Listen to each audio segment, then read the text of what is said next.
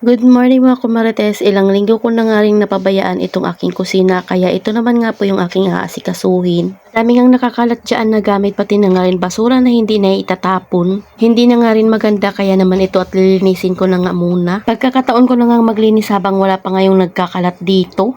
Punasan ko na nga rin banda dito dahil maalikabok na. Magsisindi na nga rin po ako ng kandila para naman nga po mabango habang naglilinis ako. Isang dumami yung alikabok kaya hindi rin talaga biro pag mga puti nga po yung gamit mo. Isang linggo ay kailangan mo din talagang punasan iyan. Kung ang linisan dyan, kumarites, magsisindi nga tayo ng kandila. Liban sa mga gamit sa bahay ay gustong gusto ko nga rin bumili ng mga scented candle. Sarap kasi sa mata at lalo na nga pag mabango yung bahay mo. After dito ay doon diretso na nga rin pa ako sa kusina at ayusin ko na nga po yung mga gamit doon nakakalat. Kasi nga yung nanay na dumiskarte ay talaga namang minsan hindi rin talaga maasikaso yung mga gawaing bahay. Siyempre mas priority nga natin ang kumita. Kailangan nating unahin yung mga pinagkakakitaan natin. Dahil itong mga gawaing bahay ay makakapag-antay pa naman ito lalo na nga kung nakabukod kayo. Kung wala kayo kasama sa bahay ay talaga namang magagawa nyo rin talaga yung mga gusto nyo. Diba, tingnan nyo naman kumarites at hindi nga nakaayos yung mga gamit dito at hindi nakabalik sa kanilang mga lagayan.